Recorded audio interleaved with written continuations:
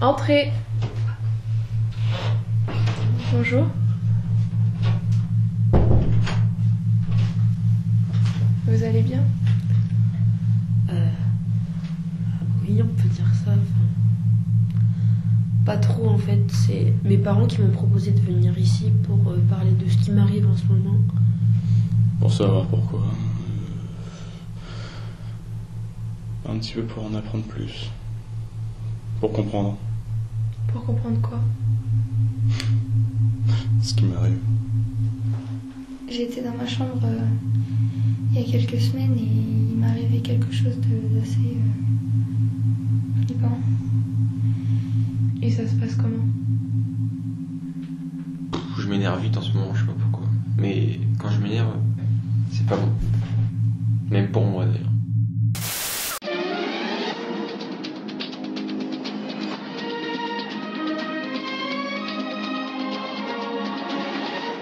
Bonjour, Mélanie Anthèse, Choc TV. En direct des Hauts-de-France pour une émission spéciale d'investigation dans le village d'Erennes. Ce qui m'amène ici, aujourd'hui, c'est une recrudescence d'événements inexpliqués sur le territoire. Pour préparer cette émission, nous avons mené une enquête auprès des habitants qui relatent un grand nombre de faits inhabituels, voire tout à fait suspects. Disparitions, regroupements d'individus, messes noires, incendies, ovnis, histoires de fantômes. Je vous propose de nous accompagner au cœur de ce mystère. Samedi 15 février 2017, un groupe d'Érennois témoigne d'une apparition pour le moins inhabituelle. Il raconte avoir aperçu une forme lumineuse traversant le... Antonin!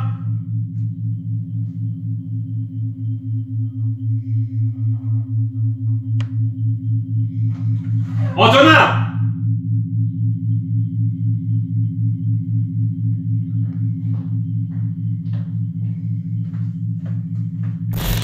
Mais tu fais quoi là? Oh, je te parle. T'assois. Tu peux t'asseoir, je te parle, j'ai besoin de te parler, j'ai besoin qu'on parle. Ça, tu diras ça tout à l'heure. Je pense que t'as un truc à me dire. Non. Tout va bien, il s'est rien passé là, dans les heures, les jours. Non. Non. Si je te dis médiathèque. J'y suis allé. Oui, ça j'ai su, ouais. Qu'est-ce qui s'est passé là-bas? Rien. Me mens pas! Qu'est-ce qui s'est passé là-bas? Rien de spécial, je suis sur l'ordinateur. Qu'est-ce qui s'est passé sur les ordinateurs? Ma tête a apparu. Pardon? Ma tête a apparu sur l'ordinateur. Oui, ça s'appelle un reflet. Je te demande pas ça. Il y a eu des problèmes là-bas. Il y a eu des problèmes. Tout le village en parle. Des problèmes électriques. Il y a même eu le feu. Me dis pas que t'es pas au courant et me dis pas que t'es pas impliqué. Je pense que t'as encore fait des conneries, d'accord? Alors maintenant tu me dis la vérité et dépêche-toi. Je t'ai déjà dit, je suis allé à la médiathèque et ma tête a apparu sur l'ordinateur. T'es un magicien, c'est ça? Tu vas me faire croire que ta tête elle apparaît, il y a des trucs autour et tu vois rien, t'entends rien? On en parle même à la télé! Vous avez fait quoi là-bas?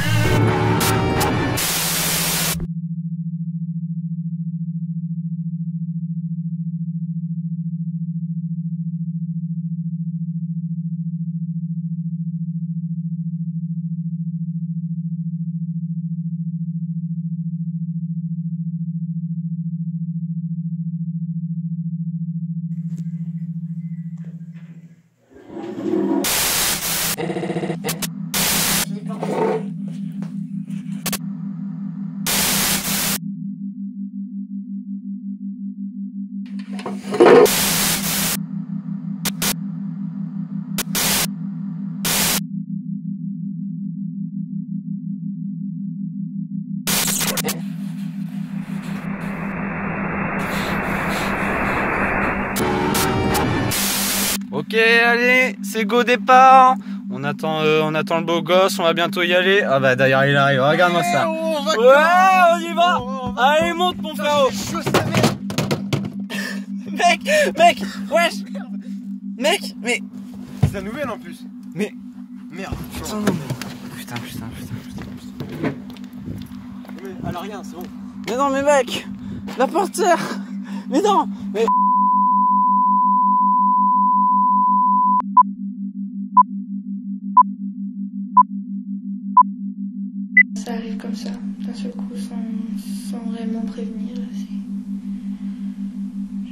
disparaît, je réapparais quelques temps après.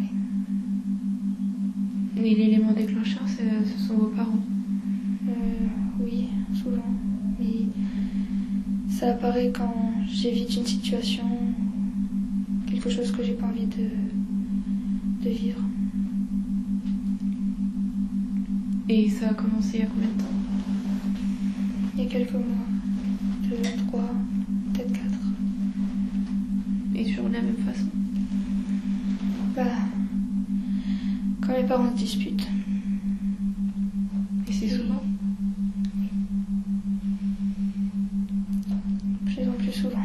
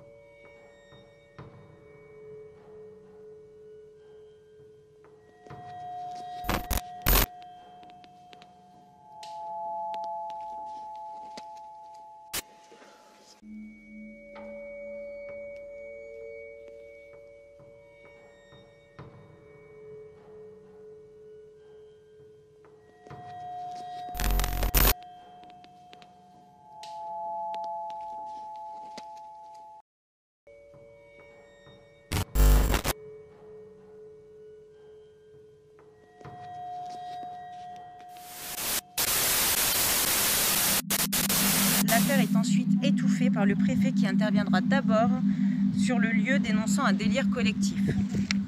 Jeudi 23 mars 2017, un groupe d'adolescents témoigne de 2 disparitions dans le collège des Rennes. Des adolescents créent alors un blog pour témoigner de ces manifestations. Ils expriment peut-être leur différence par la manifestation de capacités plus ou moins surnaturelles. Mardi 27 juillet, des feux prennent simultanément dans la ville. Une jeune fille est convoquée à la gendarmerie, d'abord suspectée de pyromanie, elle sera ensuite libérée. Aucun élément ne pouvant directement l'incriminer. Lundi 14 avril, ces mêmes adolescents publient une vidéo d'un de leurs camarades qui perturbe le système électrique de la médiathèque et qui donnera suite à un blackout dans toute la ville. Jeudi 14 juillet, une plainte est déposée par un commerçant qui raconte s'être fait agresser par un jeune homme qui aurait le pouvoir d'induire sur le comportement des personnes par la seule force de sa pensée. Il l'aurait persuadé de vider la caisse avant de...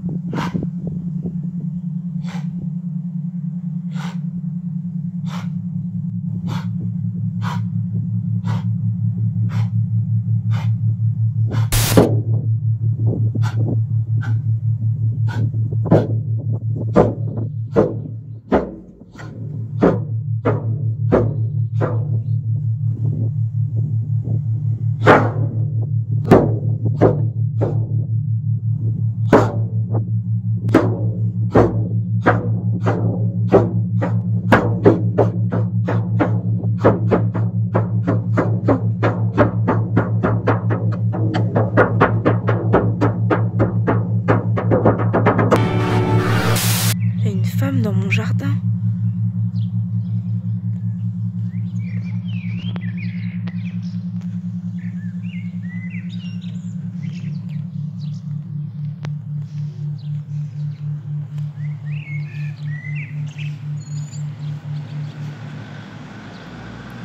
Madame, ça va?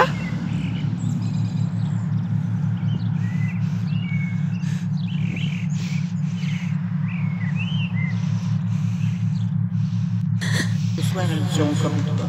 Depuis j'ai quelques semaines, peut-être quelques mois, je me sens plus vraiment moi-même. J'ai l'impression de délirer, d'être suivi.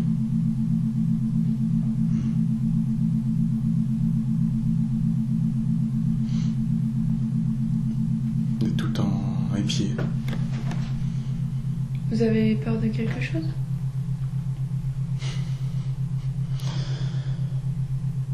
Oui, mais je sais pas de quoi. C'est une personne qui vous suit? Et encore, qui me suit.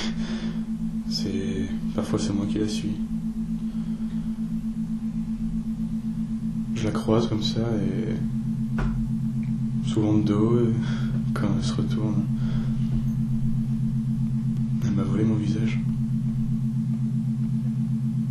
Et vous la connaissez? Non. Et Ah vous? oui, c'est moi. Vous entendez quoi par c'est vous? C'est le même que moi. Madame Bourgueil, bonjour. Bonjour madame. Vous travaillez pour ce magasin depuis bientôt 12 ans et vous êtes reconnue comme une personne sérieuse. Oui, tout à fait. Et pourtant, vous avez récemment porté plainte pour une agression, plainte qui n'a pas donné suite car on ne constate ni blessure ni violence sur la vidéo de surveillance. On vous voit proposer l'argent de la caisse à un jeune homme alors même qu'il ne possède aucune arme. Pourriez-vous nous expliquer le ressenti face à cet événement? Oui, mais il me regardait comme si je n'avais pas le choix de lui donner tout cet argent. J'étais comme envoûtée, comme s'il était dans ma tête. Quand je lui ai donné cet argent, à peine j'ai repris mes esprits qu'il y a eu comme une vague invisible qui m'a projeté contre la vitrine. Et quand j'ai vu tous ces gens tomber par terre, et tout de suite après, le jeune homme s'est enfui, il a disparu. Tout s'est passé comme si c'était dans un film. De fait, et vous connaissiez ce jeune homme? Mais oui, ça fait 12 ans que je travaille ici, je le connais depuis qu'il est tout petit. J'ai essayé de contacter ses parents, mais... Qu'est-ce qui s'est passé dernièrement? Chez moi, avec mes parents. On s'est énervé. Et j'ai tout cassé. J'aurais pu aller plus loin, mais non, je me suis ralenti quand même. Vous entendez quoi par tout casser? Tout ce qu'il y avait autour de moi. Comme quoi? Des vases, des assiettes. Tout ce qui me passait sur la main. Et qu'est-ce qui a déclenché cela? Bah, pas grand chose à vrai dire. Juste les paroles de mes parents. Je me rappelle plus ce que c'était, mais j'ai pas kiffé. Donc vous cassez? Ouais. Parfois même sans faire exprès, mais après c'est en faisant exprès. Et ça vous arrive souvent? Bah ouais. Vous arrivez à contrôler votre énervement? Bof. Pas trop. Quoi? Ça a été beaucoup de boulot comme d'hab. Salut chérie. Ouais, vas-y. J'ai un peu mal à la tête. Fatigue? Tu t'es pas bien ce matin? Je sais pas, maman. Ça va? T'es sûr? Tu veux un Doliprane? Non, ça va. Je te vois après. Je te sens pas. Ça va, chérie? Ouais. Enfin, je sais pas, t'as des soucis au lycée, c'est une soirée de quartier, tu veux qu'on parle ton papa. Tu me dis surtout.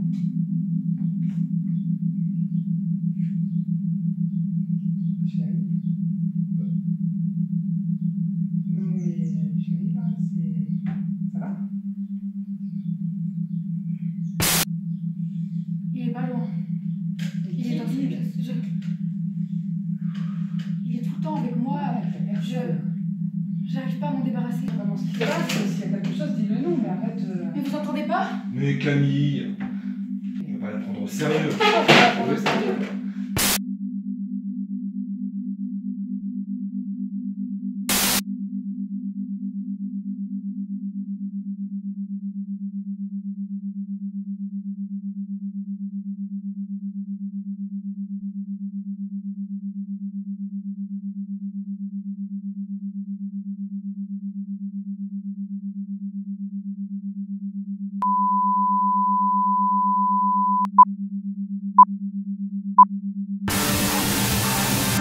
voiture, là, ton plan rando. Allez, avance. Saoule pas, avance. Attends, c'est quoi?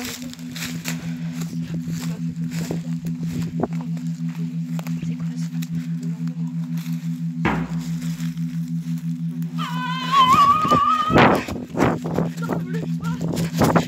Cours!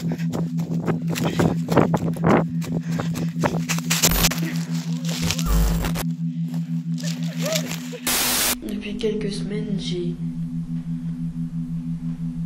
des sortes de visions.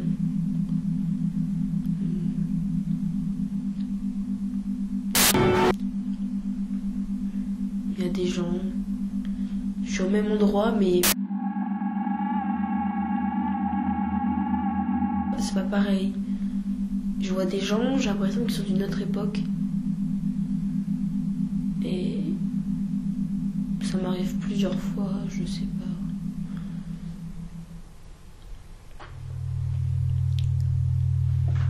Et ces visions, elles sont répétitives?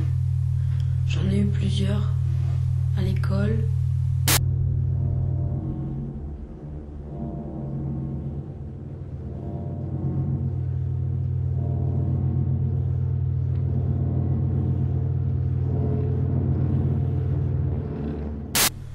Dans la rue, chez moi.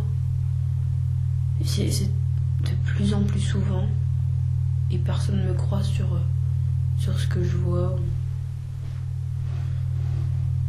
J'ai du mal à en parler parce que je me sens différente depuis que ça m'arrive.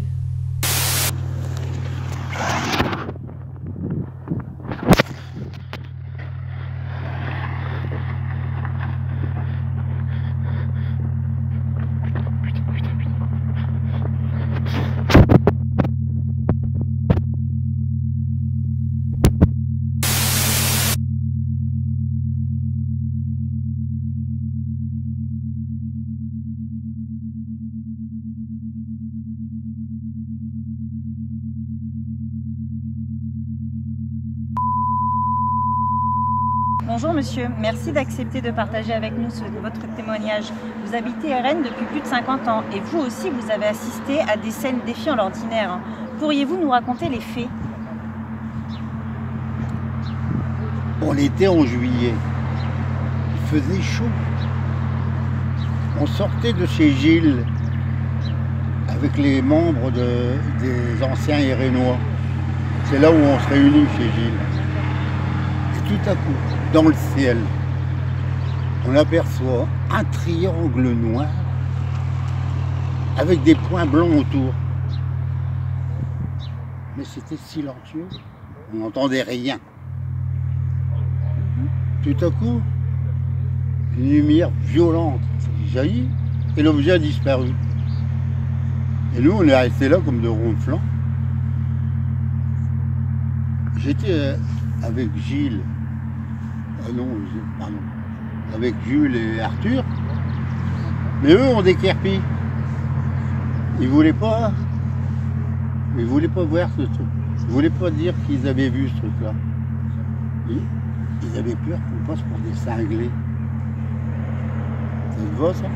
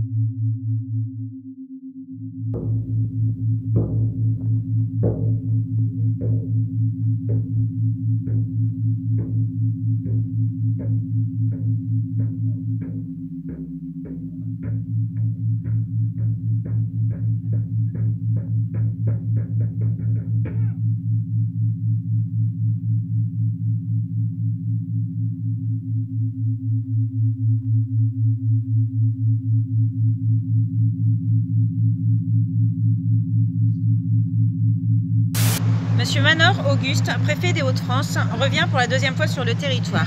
On ne peut s'empêcher de faire le lien entre sa présence, les disparitions et manifestations dites surnaturelles relatées par les habitants. Monsieur Manor, les habitants s'interrogent. Pourriez-vous répondre à quelques-unes de nos questions? Pardonnez-moi, je suis pressé. Les journalistes recevront bientôt un compte-rendu de l'enquête. Merci. On ne peut s'empêcher de faire le lien entre votre présence et les événements récents. Comment expliquer à la population cette accumulation de faits? Disparition de 2 adolescents sur la commune, incendie quasi spontané, bug électrique généralisé. Certaines personnes parlent même d'apparitions fantomatiques. On parle de poltergeist, de réunions sectaires. Non mais soyez sérieuse, mademoiselle. Nos équipes sont en train d'enquêter sur les faits, au cas par cas, avec toute la lucidité et le sérieux nécessaire. Je vous conseille d'en faire autant. Merci. Monsieur Manor, les inquiétudes sont nombreuses et certains habitants se plaignent de nuisances. On parle d'apparitions nocturnes, de détérioration. Comment expliquer cette accumulation de faits? Monsieur Manor, y aurait-il possibilité d'un empoisonnement des eaux, de l'air qui aurait engendré par exemple un délire collectif ou des hallucinations? Je ne souhaite pas répondre à vos questions. Laissez-moi tranquille. Y aurait-il une volonté politique vous induisant à étouffer ces affaires? Devant l'opacité des réponses des responsables politiques, nous poursuivons notre enquête auprès des intéressés au plus près du réel et des habitants. Mélanie Antez pour Choc TV. C'était une nuit, je crois. Je me suis réveillé, ou peut-être que j'étais dans un rêve, je sais pas. Dans tous les cas, j'étais dans mon lit. Et je me suis assis sur le rebord. Je me rappelle, la chambre était juste éclairée par un lampadaire ou par la lune. Et ma porte de la chambre, elle s'est mise à grincer, à s'ouvrir et du noir qu'il y avait dans le couloir, il y a quelque chose qui s'est avancé. Il m'a tendu la main. C'est la première fois que je l'ai vu. Et depuis ce jour-là, il est là tout le temps? Tout le temps. Et vous vous sentez comment par rapport à ça? Comme je vous ai dit, c'est pas... Je pense pas qu'il veuille foncièrement du mal. J'ai l'impression d'être un taré. Il me veut pas du mal, voire c'est peut-être même le contraire. Mais il n'a pas la même notion de bien, de mal, de morale. Il essaie. Il est différent. Il est différent.